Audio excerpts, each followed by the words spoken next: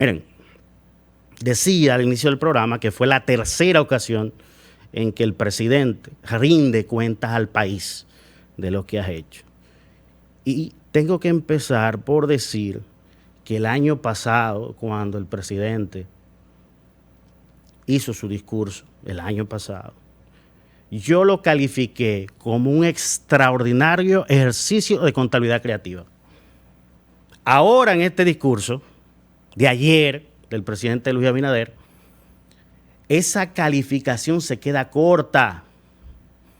Le he recomendado al presidente, se lo he recomendado varias veces aquí en este programa, pague un equipo de especialistas para que les revisen los datos, las estadísticas que le están suministrando sus funcionarios.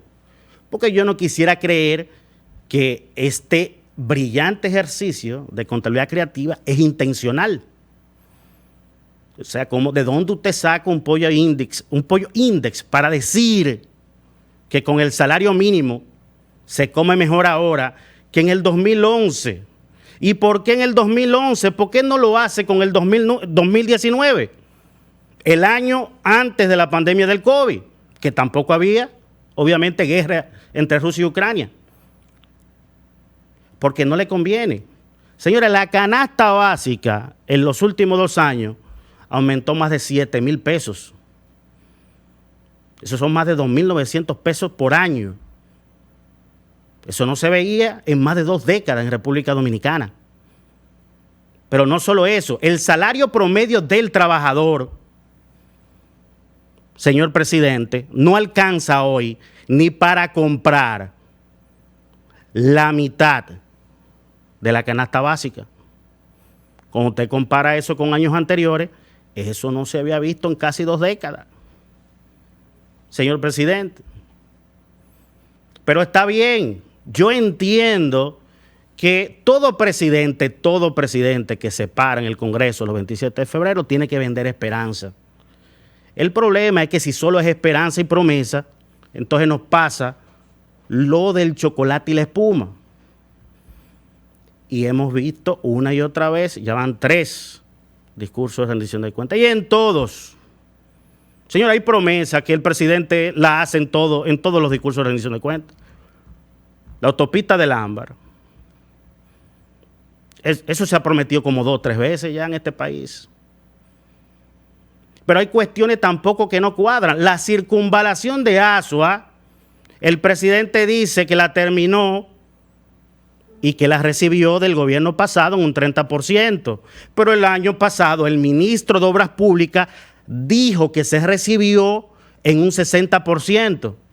Pero la realidad es que esa obra el gobierno pasado la dejó en un avance de un 75%.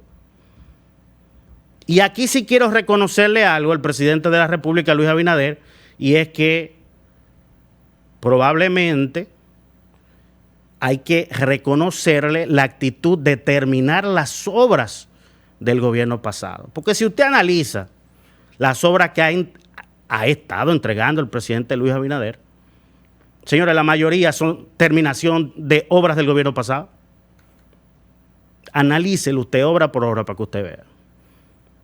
Y un reguero de obras pequeñas, que está bien, él quiso resaltarlas, pero yo sabía que esto iba a pasar con el discurso de rendición de cuentas.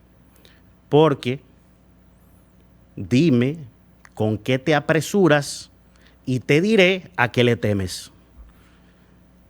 Meses antes del discurso de rendición de cuentas, veíamos al presidente, señores, inaugurando lo que sea, hasta un puente peatonal. Pues yo exagerando un poco, pero lo pusieron a inaugurar de todo. Hay un tramo de la carretera, de la autopista Duarte, que está siendo intervenida por el Ministerio de Obras Públicas, entre La Vega y Santiago, que la inauguraron rápidamente. Y en cuestión de días, yo lo dije aquí en este programa, el asfalto se deterioró. Tuvieron que volver a cerrar y volver a tirar asfalto. Y yo pregunté en este programa, ¿quién pagó ese asfalto? Si el contratista o el Estado. Esos vicios de construcción, por querer inaugurar una cosa rápido. Hay otras obras que él las menciona siempre en su curso de rendición de cuentas, por ejemplo, el monorriel de Santiago. Yo no creo que eso esté listo en el 2024. Eso le va a tocar a otro presidente terminarlo. Pero bueno, el presidente también en su discurso hablaba de que estamos en tiempos de crisis, pero también hablaba de que supuestamente estamos mejor que nunca. Entonces, es una cosa o la otra, no pueden ser las dos cosas al mismo tiempo. O estamos en tiempos de crisis o estamos mejor que nunca. La realidad es que no estamos mejor que nunca. Pregúntele a cualquier ama de casa en la calle si es verdad que con su salario mínimo puede comer mejor o más que en el año 2011. No es así.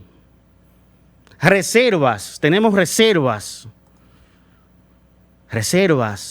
históricas, reservas de divisas históricas, pero la inversión pública en el suelo y la deuda aumentando, que es otra cuestión con la que quisieron jugar con nuestra inteligencia. El presidente está hablando de que la deuda como proporción del PIB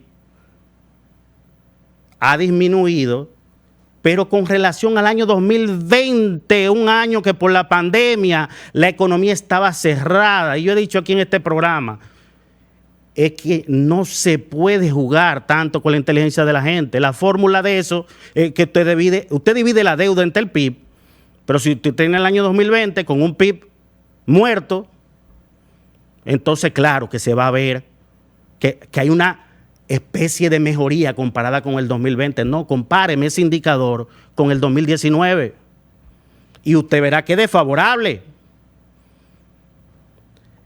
Hay algunos otros datos que por cuestiones de tiempo no lo vamos a tratar. La inflación, señores, tenemos la segunda inflación más alta de la región, solo por debajo de Nicaragua. Por debajo de Nicaragua. Entonces, no, las cosas no están bien, señor presidente. Otra cuestión también, usted llama a un pacto político para asumir una posición firme respecto al problema haitiano. Y este que está aquí, que lo apoyó cuando usted estaba en foros internacionales, hablando de que no hay una solución dominicana al problema haitiano y que tienen que asumirlo los organismos, la comunidad internacional que tienen que asumirlo, y eso hay que intervenirlo, no vieja medicina, yo lo apoyé aquí. Pero entonces usted mismo, a través de su consultoría jurídica, somete al Congreso 2 proyectos de ley que atentan contra la soberanía nacional. Una fue el de ley de trata de personas y el otro, la ley integral de protección a la mujer, que son 2 temas nobles que uno lo defiende, pero entonces quisieron meter unos artículos ahí que no consideran la realidad que vive República Dominicana respecto a la inmigración haitiana. Y que ese tipo de cuestiones hay que tratarla con mucho cuidado, porque pudiera tirarnos el problema encima. Entonces usted me está pidiendo que hagamos un pacto político, pero haga primero el pacto con su propio gabinete, para que no nos metan este tipo de puñalada trapera con un proyecto de ley que debieron estudiarse mejor. No es que no se aprueben esos proyectos de ley, lo que pasa es que esos proyectos de ley hay que adaptarlos a la realidad que vivimos en República Dominicana, con la migración irregular de haitianos. Y el hecho de que República Dominicana, como usted dice, señor presidente, verdaderamente es imposible que cargue con ese problema. Miren, mi conclusión ya, y lo había dicho en este programa anteriormente, ya falta un año, menos de un año, para las próximas elecciones municipales. Mi conclusión es que agarró a este gobierno este año preelectoral sin ejecutorias fundamentales que mostrar. Por lo tanto, el próximo torneo electoral será una verdadera catástrofe. ¿Por qué? Porque anótenlo, que se lo digo hoy. El gobierno va a basar su estrategia electoral en seguir utilizando la justicia para destruir a sus rivales.